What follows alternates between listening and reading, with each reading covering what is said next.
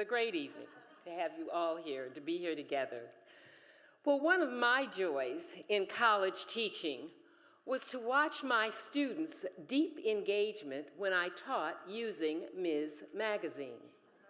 Their faces, questions, and comments showed how excited they were to explore a news source that is wholly oriented toward women and women's points of view.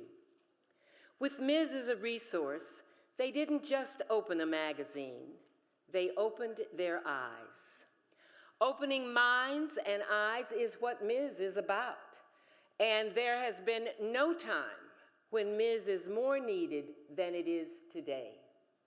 Simply put, the major media outlets, never ideal, are now severely compromised by the bullying of Donald Trump.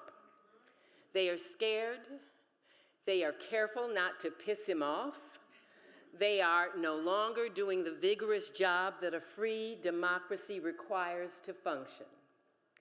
And I'm not saying that Ms. Magazine can take the place of that loss, but it can help, and it does help, because it is in Ms., and often only there, where students and the rest of us can find information about the resistance, about the fight for women's rights and racial justice. Just this year, while major media outlets were touting the so-called big, beautiful bill within the pages of Ms., and only in the pages of Ms., we reported in depth about how that big, ugly bill would specifically harm women and children, and how threats to government employment would disproportionately impact Black women. Nowhere else would you find that kind of reporting.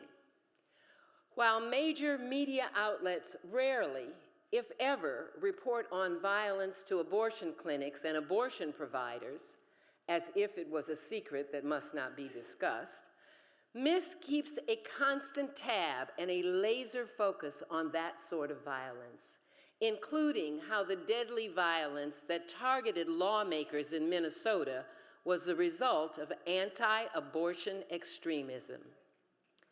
So tell me this, where else do you think you might read about the direct connection between misogyny and political violence? Ms. Where else will you find how the administration's cutoff of gender-based asylum claims will specifically harm women fleeing domestic violence? You can say it, Ms. That's right.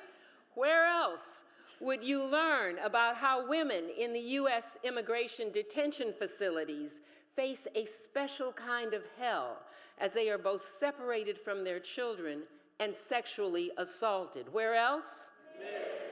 And what national media outlet is tracking the administration's attacks on women and gender studies programs? Yes.